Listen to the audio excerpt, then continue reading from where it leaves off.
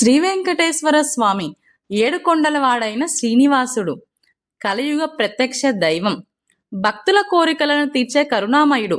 ఆయన రూపం ఎంత అందంగా ఉంటుందో ఆయన చేతిలో ఉన్న ఆయుధాలు కూడా అంతే గొప్ప అర్థాన్ని కలిగి ఉన్నాయి. ఈ రోజు మనం వెంకటేశ్వర స్వామి ఆయుధాల వెనక ఉన్న ఆధ్యాత్మిక రహస్యాలను తెలుసుకుందాం. శ్రీ వెంకటేశ్వర స్వామి ఆయుధాలు, వాటి అర్థము మరియు మహిమను తెలుసుకుందాం. శ్రీ వెంకటేశ్వర స్వామి ఆయుధాలు కేవలం ఆయుధాలు మాత్రమే కాదు, అవి విశ్వ సత్యాలు, ఆధ్యాత్మిక మార్గదర్శకాలు కూడా.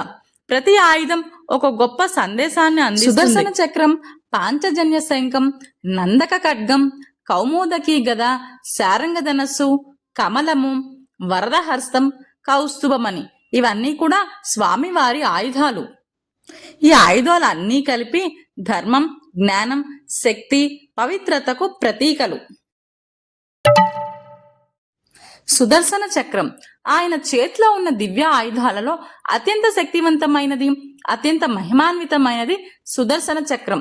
సు అంటే మంచి, దర్శనం అంటే చూడడం, సుదర్శనం అంటే సత్యాన్ని సరిగ్గా చూసే శక్తి అని అర్థం. ఈ చక్రం కేవలం ఒక ఆయుధం కాదు, ఇది దివ్య జ్ఞానం, ఇది కాలం, ఇది ధర్మరక్షణకు ప్రతీక. సుదర్శన చక్రం ఒక ప్రశాంతవంతమైన అగ్ని వలయంలా ఉంటుంది. దాని వేగం మన ఆలోచనల కంటే వేగంగా ఉంటుంది. దానిని ఎవ్వరూ ఆపలేరు, ఎవ్వరూ దాటలేరు. అది వెళ్లే చోట అధర్మం అంతమవుతుంది. పురాణాల్లో సుదర్శన చక్రం అనేక సార్లు ధర్మాన్ని కాపాడింది. మహావిష్ణువు ఈ చక్రాన్ని ఉపయోగించి దుష్టులను సంహరించారు అని పురాణాలలో ఉంది. శ్రీకృష్ణుడు కూడా ఈ చక్రాన్ని ఉపయోగించి అధర్మాన్ని నశింపజేశాడు. శిశుపాలుడు వధ కూడా ఈ చక్రంతోనే జరిగింది. గజేంద్ర మోక్షం, అంబీరస మహారాజు, ఈ కథలన్నీ చెబుతున్నాయి సుదర్శన చక్రం చాలా శక్తివంతమైనది అని. సుదర్శన చక్రం మన మనసుకు ప్రతీక అని పురాణాలు చెబుతున్నాయి. పాంచజన్య శంఖం స్వామి చేతిలో ఉన్న దివ్య ఆయుధాలలో శాంతి, పవిత్రత, ధైర్యానికి ప్రతీక అయినది పాంచజన్య శంఖం. పాంచజన్య అనే పదానికి అర్థం 5 మూలభూతాల నుండి పుట్టినది. ఈ శంఖం సృష్టి ఆరంభ ధ్వని అయిన ఓంకి ప్రతీక.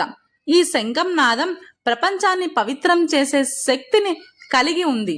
పాంచజన్య శంఖం మూదినప్పుడు ఆ శబ్దం దుష్ట శక్తులను దూరం చేస్తుంది, నెగిటివ్ ఎనర్జీని తొలగిస్తుంది, మనసుకు శాంతిని ఇస్తుంది.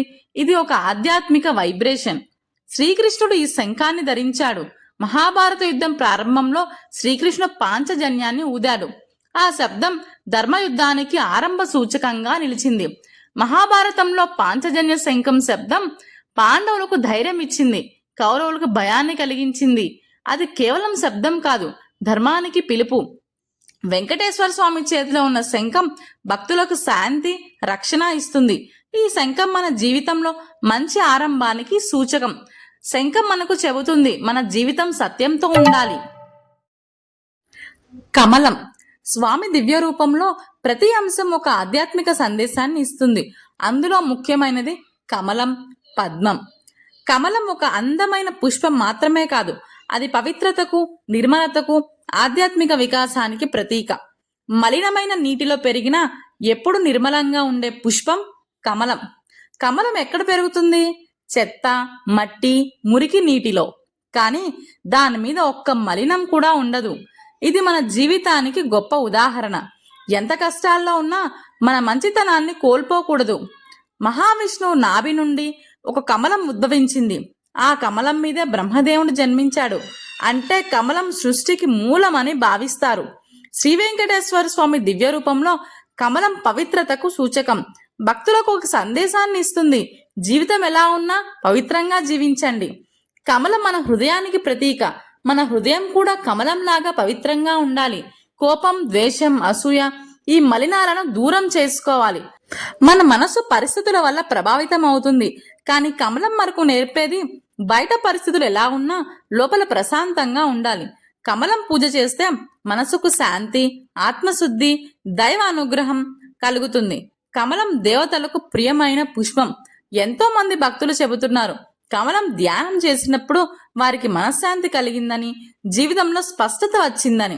కళ్ళను మూసుకొని ఒక అందమైన కమలం ఊహించండి. ఆ కమలం మీ హృదయంలో వికసిస్తున్నట్లు భావించండి. అది మీ ఆత్మను పవిత్రం చేస్తుంది.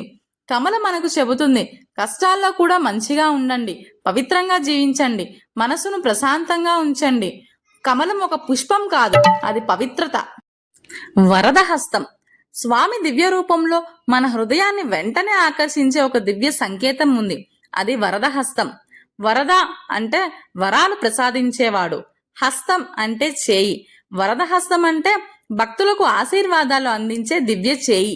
ఈ హస్తం దైవ కరుణకు ప్రతీక. వరద హస్తం రెండు విధాలుగా భావించబడుతుంది. అభయముద్ర భయాన్ని తొలగిస్తుంది, వరద ముద్ర వరాలు ప్రసాదిస్తుంది. అంటే భయపడకు, నేను ఉన్నాను అని స్వామి చెబుతున్నట్లుగా ఉంటుంది. శ్రీ వెంకటేశ్వర స్వామి కుడి చేయి ఎల్లప్పుడూ కిందికి చూపుతూ ఉంటుంది. అది ఒక గొప్ప సందేశం ఇస్తుంది. భక్తుల కోరికలు తీర్చడం, రక్షణ ఇవ్వడం, దైవ అనుగ్రహం ప్రసాదించటం. వరద హస్తం మనకు చెబుతుంది, దైవంపై విశ్వాసం ఉంచు. మన జీవితంలో ఎంత కష్టాలు వచ్చినా స్వామి మనతోనే ఉంటాడు. మనిషి జీవితంలో భయం, అనిశ్చితి, బాధ ఇవి సహజం. కానీ వరద హస్తం మనకు ధైర్యాన్ని ఇస్తుంది. నువ్వు ఒంటరివి కాదు అని గుర్తు చేస్తుంది.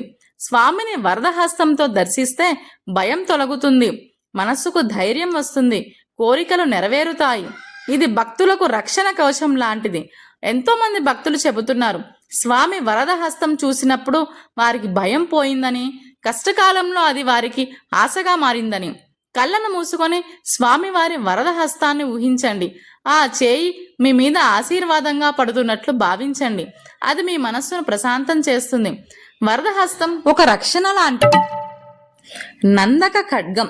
స్వామి దగ్గర ఉన్న ప్రతి ఆయుధం ఒక గొప్ప అర్థాన్ని కలిగి ఉంది. అందులో జ్ఞానానికి ప్రతీకగా నిలిచింది నందక ఖడ్గం. నందక అనే పదానికి అర్థం ఆనందాన్ని కలిగించేది. ఈ ఖడ్గం జ్ఞానాన్ని ప్రసాదించే దివ్య ఆయుధం. ఇది కేవలం యుద్ధానికి కాదు, అజ్ఞానాన్ని తొలగించడానికి ఉపయోగపడుతుంది. నందక ఖడ్గం అజ్ఞానాన్ని తొలగిస్తుంది, సత్యాన్ని వెలికి తీస్తుంది, జ్ఞానాన్ని ప్రసారం చేస్తుంది. ఇది ఒక ఆధ్యాత్మిక శక్తి. మహావిష్ణువు ఈ ఖడ్గాన్ని ధరించాడు. అతడు దుష్టులను సంహరించడమే కాకుండా జ్ఞానాన్ని కూడా ప్రసారం చేశాడు. ఈ ఖడ్గం వేద జ్ఞానానికి ప్రతీకగా నందక ఖడ్గం పూజ చేస్తే జ్ఞానం పెరుగుతుంది, జీవితం స్పష్టంగా కనిపిస్తుంది. కౌమోదకి గద. స్వామి చేతిలో ఉన్న దివ్య ఆయుధాలలో బలం, శక్తి, రక్షణకు ప్రతీకగా నిలిచింది కౌమోదకి గద. కౌమోదకి అనే పదానికి అర్థం ఆనందాన్ని, శక్తిని ప్రసాదించేది. ఈ గద దైవిక బలం మరియు రక్షణకు ప్రతీక. ఇది కేవలం యుద్ధానికి ఉపయోగించే ఆయుధం కాదు, ధర్మాన్ని కాపాడే శక్తి. కౌమోదకి గద చెడును నశింపజేస్తుంది, దుష్టులను శిక్షిస్తుంది, ధర్మాన్ని రక్షిస్తుంది. ఇది అపారమైన దివ్య బలం. మహావిష్ణువు ఈ గదను ధరించాడు. అతను అసురులను సంహరించడంలో ఈ గదను ఉపయోగించాడు. ఈ గద విష్ణువు యొక్క శక్తికి ప్రతీక. శ్రీ వెంకటేశ్వర స్వామి దివ్య రూపంలో కౌమోదకి గద భక్తులకు ఒక గొప్ప సందేశం ఇస్తుంది. ధర్మాన్ని కాపాడడానికి బలం అవసరం. బలం అంటే కేవలం శారీరక శక్తి కాదు, అది ధైర్యం, సహనం, నమ్మకం. మన జీవితంలో కష్టాలు, పరీక్షలు, సమస్యలు వస్తూనే ఉంటాయి. వాటిని ఎదుర్కోవడానికి మనకు అంతర్గత బలం అవసరం. కౌమోదకి గదను ధ్యానం చేస్తే ధైర్యం పెరుగుతుంది, భయం తగ్గుతుంది, జీవితంలో స్థిరత్వం వస్తుంది.